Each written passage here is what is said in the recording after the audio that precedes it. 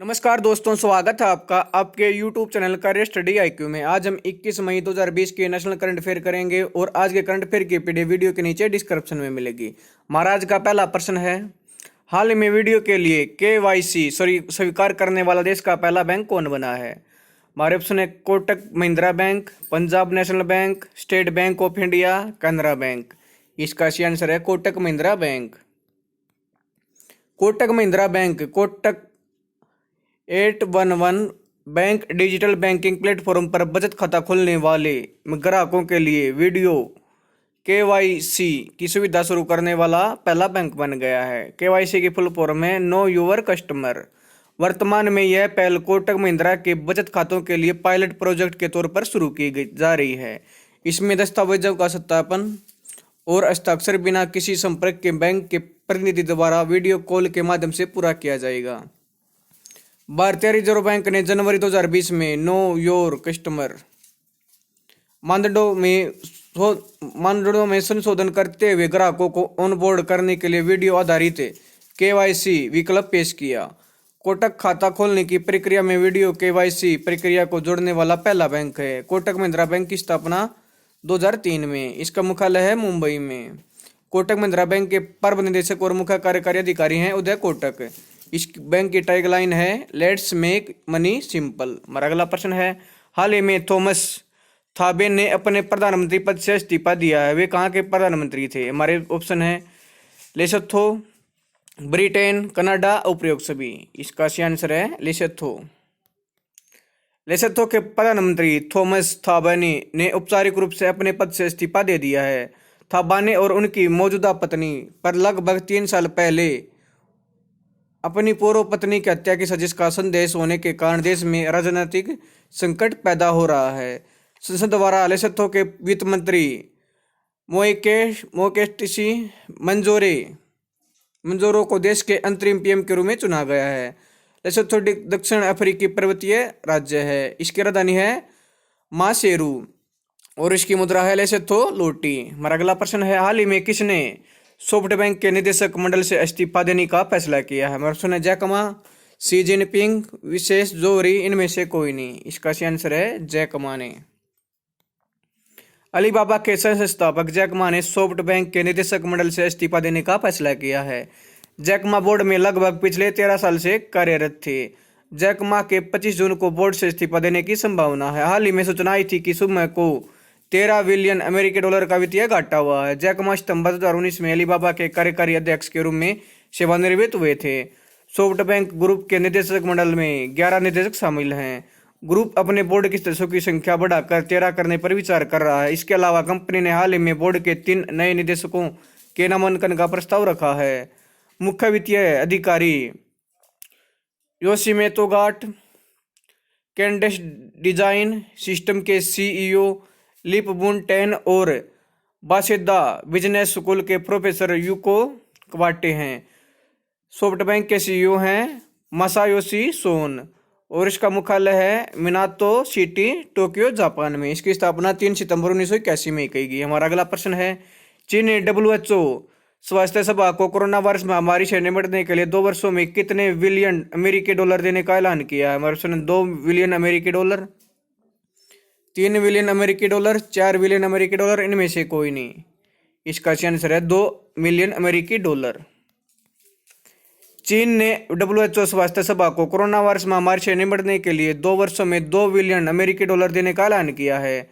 2 वर्ष में दी जाने वाली $2 बिलियन की राशि विशेष रूप से विकासशील देशों में कोविड-19 प्रतिक्रिया प्रयासों का समर्थन करने के लिए दी जाएगी। यह घोषणा ऐसे समय में की गई है जब चीन लगातार लॉकडाउन पर बढ़ते वैश्विक दबाव का सामना कर रहा है, क्योंकि मौत और बढ़ते कोरोना वायरस के मामलों में भारी वृद्धि ने दुनिया भर की गतिविधियों पर लगाम लगा दी है। WHO ने 30 जनवरी को दुनिया भर में कोरोना वायरस के कारण स्वास्थ्य आपातकाल की घोषणा की थी। साथ ही WHO ने 11 मार्च को प्रकोप को महामारी घोषित कर दिया था, जब इस वायरस ने विश्व स्तर पर हजारों लोगों की जान ली थी। चीन की राजधानी है बीजिंग। चीन की मुद्रा है रेन मिनबी और चीन के राष्ट्रपति शी जिनपिंग। चीन के प्रधानमंत्री हैं ली कविंग। हमारा अगला प्रश्न है, हाल ही में विश्व मधुमक्खी दिवस कब मनाया गया? हमारा ऑप्शन है 20 मई, 15 मई, 10 मई, इनमें से कोई नहीं। इसका आंसर है 20 मई को। हर साल 20 मई को विश्व स्तर पर वर्ल्ड बी डे यानी विश्व मधुमक्खी दिवस मनाया जाता है। आज के दिन ही यानी 20 मई को आधुनिक मधुमक्खी पालन की तकनीक का जनक कहे जाने वाले एंटोन जानसा का जन्म 1734 में स्लोवेनिया में हुआ था। मधुमक्खी दिवस को मनाए जाने का मुख्य उद्देश्य पारिस्थितिक तंत्र के लिए मधुमक्खियों और अन्य परागणकों के महत्व, योगदान और उनके संरक्षण के बारे में जागरूकता बढ़ाना। दुनिया के खाद्य उत्पादन का लगभग 33% मधुमक्खियों पर निर्भर करता है। इस प्रकार वे जैव विविधता के संरक्षण, प्रकृति में परिस्थिति संतुलन और प्रदूषण को कम करने में सहायक भी हैं। इस दिन के अवसर पर कोविड-19 महामारी के कारण बी इंगेज्ड थीम के साथ एक वर्चुअल कार्यक्रम आयोजित किया जाएगा। विश्व मधुमक्खी दिवस की थीम है बी इंगेज्ड। यह थीम विशेष रूप से मधुमक्खी पालनकर्ताओं द्वारा अपनाई गई आजीविका का समर्थन करने और अच्छी गुणवत्ता वाले उत्पादों को वितरित करने के लिए मधुमक्खी पालनकर्ताओं द्वारा अपनाई गई मधुमक्खी उत्पादन और अच्छी प्रथाओं पर ध्यान केंद्रित है। विश्व मधुमक्खी दिवस का इतिहास। संयुक्त राष्ट्र के सदस्य देशों ने दिसंबर 2017 में स्लोवेनिया के 20 मई को विश्व मधुमक्खी दिवस के रूप में मनाए जाने के प्रस्ताव को मंजूरी दी थी। इस प्रस्ताव ने विशिष्ट संरक्षण उपायों को अपनाने और मधुमक्खियों के संरक्षण और मानवता के लिए उनके महत्व पर प्रकाश डाला। पहला विश्व मधुमक्खी दिवस 20 मई 2018 को बनाया गया था। फूड एंड एग्रीकल्चर ऑर्गेनाइजेशन के महानिदेशक हैं काओ डोग्यू। इसका मुख्यालय रोम, इटली में। इसकी स्थापना 16 अक्टूबर 1945 को की गई। हमारा अगला प्रश्न है, हाल ही में भारतीय डाक सेवा ने किसको श्रद्धांजलि देने के उद्देश्य से एक विशेष डाक कवर जारी किया है? हमारे ऑप्शन है प्रवासी श्रमिकों, डॉक्टरों, ए एंड बी, इनमें से कोई नहीं। इसका सही आंसर है प्रवासी श्रमिकों को। भारतीय डाक सेवा ने प्रवासी श्रमिकों को श्रद्धांजलि देने के उद्देश्य से एक विशेष डाक कवर जारी किया है। ऐतिहासिक मुंबई जीपीओ भवन के बैटेलियन हॉल में एक कार्यक्रम के दौरान जारी किए गए विशेष पोस्टर कवर को जारी करने के लिए विभिन्न क्षेत्रों से 5 प्रवासी श्रमिकों को बुलाया गया था। भारतीय डाक द्वारा जारी किए गए इस विशेष कवर का विमोचन भारत के इतिहास में दर्ज प्रवासी श्रमिकों के संघर्ष और योगदान को बनाए रखने के लिए एक प्रयास है। इन 5 श्रमिकों में से 2 श्रमिक निर्माण क्षेत्र से थे, एक टैक्सी चालक था, एक आभूषण कारीगर और एक दर्जी था। इंडिया पोस्ट द्वारा मुंबई के निर्माण में अन्य राज्यों के मूल निवासियों के योगदान को सम्मानित करने के लिए यह कार्यक्रम आयोजित किया गया था, क्योंकि हर प्रवासी श्रमिक शहर का निर्माण करने का एक अभिन्न हिस्सा है। भारतीय डाक सेवा के महानिदेशक हैं अरुंधति घोष। हमारा अगला प्रश्न, हाल ही में रत्नाकर मतकरी का कोविड-19 के कारण निधन हुआ है, वे कौन थे? हमारे ऑप्शन है लेखक, पत्रकार, इतिहासकार, इनमें से कोई नहीं। इसका सही आंसर है लेखक। दिग्गज मराठी लेखक और नाटककार रत्नाकर मतकरी का निधन कोविड-19 के कारण हो गया है। उनकी मृत्यु 81 वर्ष की आयु में हो गई। उन्हें मराठी में बच्चों के नाटक शुरू करने का अग्रणी माना जाता था। उनके उपन्यास ने मराठी साहित्य की दुनिया को नाटकों, लघु गाथाओं जैसे विभिन्न रूपों में अपार योगदान दिया है। मतकरी को कई पुरस्कार से भी सम्मानित किया जा चुका है। उनकी फिल्म इन्वेस्टमेंट ने सर्वश्रेष्ठ मराठी फीचर फिल्म के लिए राष्ट्रीय फिल्म पुरस्कार जीता था।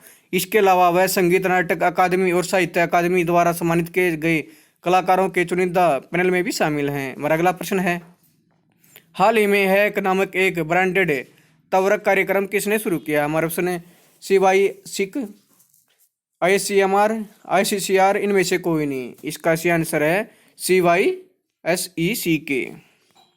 कर्नाटक के centre of excellence in cyber security द्वारा सुरक्षित डिजिटल दुनिया प्रदान करने के प्रयास में हैक नामक एक ब्रांडेड तवरक कार्यक्रम शुरू किया गया है। एक कर्नाटक का पहला साइबर सुरक्षा विशिष्ट तवरक कार्यक्रम है, जिसमें 3 कोऑर्ट्स में 21 स्टार्टअप शामिल हैं। 10x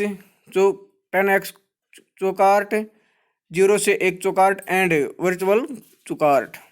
हैक को पुराने भारतीय स्टार्टअप का समर्थन करने के लिए शुरू किया गया, ताकि सरकार और बाजार संपर्क के माध्यम से उनके विकास में तेजी लाने में उनकी मदद की जा सके। यह सहयोग उभरते कौशल अंतराल, साइबर जागरूकता के उभरते प्रौद्योगिकी क्षेत्र में जागरूकता और बढ़ावा, नवाचार के लिए साइबर सुरक्षित और अनुकूल वातावरण को बढ़ावा देगा और इस तरह यह भारत के आत्मनिर्भर अभियान का समर्थन भी करेगा। Centre of excellence in cyber security भारतीय विज्ञान संस्थान के परिसर में स्थित है, जो इसका सहयोगी संस्थान है, जबकि Karnataka state council for science and technology कार्यान्वयन एजेंसी है। कर्नाटक के मुख्यमंत्री हैं VS येदियुरप्पा। इसके राज्यपाल हैं वजुभाई वाला। हमारा अगला प्रश्न है, हाल ही में कोविड-19 लॉकडाउन के बाद दोबारा शुरू होने वाली दुनिया की पहली प्रमुख खेल स्पर्धा कौन बनी है? हमारे ऑप्शन है बेद हमारे ऑप्शन है बुंदेसलीगा, आई लीग, कैरिबियाई प्रीमियर लीग, इनमें से कोई नहीं। इसका सही आंसर है बुंदेसलीगा। जर्मनी की प्रसिद्ध फुटबॉल लीग बुंदेसलीगा कोविड-19 लॉकडाउन के बाद दोबारा शुरू होने वाली दुनिया की पहली प्रमुख खेल स्पर्धा बन गई है। हालांकि बुंदेसलीगा को दर्शकों ने बगैर ही खेला गया। बुंदेसलीगा पहली बार दर्शकों के बगैर ही खेला गया, जबकि इस स्टेडियम में 80,000 से अधिक खिलाड़ियों के रखने की क्षमता थी। बुंदेसलीगा का अर्थ है फेडरल लैंग्वेज यानी संघीय लीग है। लीग के दौरान सप्ताह में 2 बार खिलाड़ियों का परीक्षण किया जा रहा है। टूर्नामेंट में भाग लेने वाली टीमों को क्वारंटाइन रखा गया है। टीमों ने अलग अलग समय पर मैदान में प्रवेश किया। मैच के दौरान अतिरिक्त खिलाड़ी दूरी बनाकर बैठे थे। बुंदेसलीगा जर्मनी की प्रमुख फुटबॉल लीग है। इस खेल की शुरुआत 1963 में हुई थी। जर्मनी की राजधानी है बर्लिन। इसके राष्ट्रपति हैं फ्रैंक वाल्टर स्टाइनमायर। हमारा अगला प्रश्न, हाल ही में कोविड-19 से निपटने के लिए डिसइंफेक्शन स्प्रेयर किसने विकसित किया? हमारे ऑप्शन है CSIR, CMERI, A and B, इनमें से कोई नहीं। इसका सही आंसर है A and B। CSIR central chemical engineer institute, CMERI Durgapur के वैज्ञानिकों द्वारा 2 mobile indoor disinfection sprayer unit, battery powered disinfect sprayer PBDS एवं pneumatically operated mobile indoor disinfection POMID इन इकाइयों को विकसित किया गया है। इन इकाइयों का उपयोग विशेष रूप से अस्पतालों में प्रभावी तरीके से पैथोजेनिक माइक्रो ऑर्गेनिज्म की सफाई एवं डिसइंफेक्ट करने के लिए किया जा सकता है। इन कीटनाशक इकाइयों में POMID और BPDS का उपयोग लोगों को कोरोना वायरस के संक्रमण का जोखिम कम कर सकता है और जो असावधानी से इन सतहों के संपर्क में आ जाते हैं। इन इकाइयों का उपयोग table, doorknob, light switch, counter tops, handle, desk, phone, keyboard, शौचालयों, फोक्स, सिंक और कार्डबोर्ड जैसे अक्सर छू जाने वाले सतहों की सफाई एवं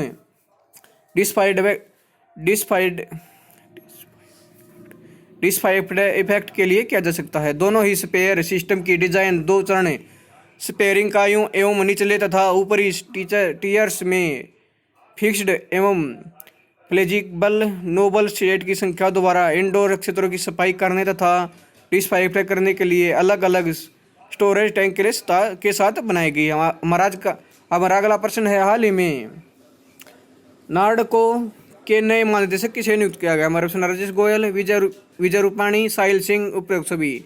इसका सही आंसर है राजेश गोयल को। राजेश गोयल ने रियल एस्टेट निकाय, national real estate development council NAREDCO के नए महानिदेशक DG का पदभार ग्रहण कर लिया। इससे पहले वह हिंदुस्तान प्रीफैब लिमिटेड के अध्यक्ष एवं प्रबंध निदेशक के रूप में सेवारत थे। उन्हें आवास और शहरी मामलों के मंत्रालय के तहत अग्रणी सार्वजनिक उपक्रमों में लगभग 37 वर्ष से अधिक वर्ष का अनुभव है। National real estate development council की स्थापना 1998 में। इसका मुख्यालय है नई दिल्ली में। हमारा आज का आखिरी प्रश्न है, टाटा कंज्यूमर प्रोडक्ट्स लिमिटेड ने संयुक्त उपक्रम नरिस्को बेवरेजेज में किस कंपनी की हिस्सेदारी खरीदने की घोषणा की? हमारा ऑप्शन है Coca Cola, PepsiCo, Nestle, Mountain Dew. इसका सही आंसर है PepsiCo. Tata consumer products limited ने हाल ही में संयुक्त उपक्रम नरिस्को बेवरेजेज में पेप्सिको में अपनी हिस्सेदारी खरीदने की घोषणा की है। डील कितने की है यह बात अभी कन्फर्म नहीं की गई है। टाटा कंपनी अब खाद्य और पेय पदार्थों के फैल रहे क्षेत्र में अपना विस्तार करना चाहती है। दोस्तों, अगर आपको यह वीडियो पसंद आई तो आप मेरे YouTube चैनल करेस्ट डे IQ को लाइक करें, सब्सक्राइब करें और कमेंट्स करें और इसके बेल आइकन को दबा दें ताकि आने वाली वीडियो का नोटिफिकेशन आपको टाइम पे मिलता रहे। धन्यवाद दोस्तों।